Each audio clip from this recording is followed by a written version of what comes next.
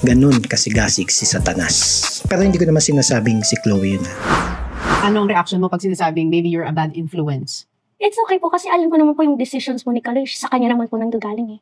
Hmm. Never ko naman po siyang sinabihan, gawin mo yan. Lahat naman po nangyayari sa buhay ni Kaloy. It's all him. Mhm. Even yung nag-Olympic siya, yung na-achieve niya, it's all him.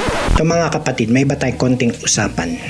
Alam niyo ba na si Satanas ay magaling manloko? Sobrang galing niya manloko to the point na akala natin ang mga bagay na masamang ginagawa natin ay sariling kusa nating ginagawa. Hindi natin alam na nandyan si Satanas sa paligid-ligid na bumubulong at sulsul ng sulsul na gawin natin yung mga yan. Tulad ng ginawa niya sa Panginoong Jesus for 40 days. Diba? Nag-fasting ang Panginoon nun.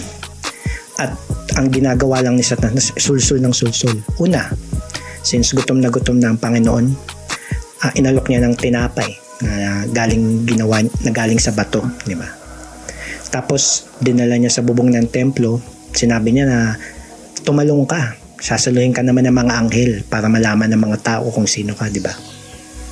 Tapos pinakita niya yung lahat ng kaharian sa buong mundo para lang lokohin si Jesus, para i-deceive siya na gumawa ng hindi kaaya-aya sa mata ng Panginoong Ama, di ba? Ganun kasigasig si Satanas. Pero hindi ko naman sinasabing si Chloe yun. Wala lang, naisip ko lang naman. Wala lang talaga, promise. Hindi yun si Chloe, promise.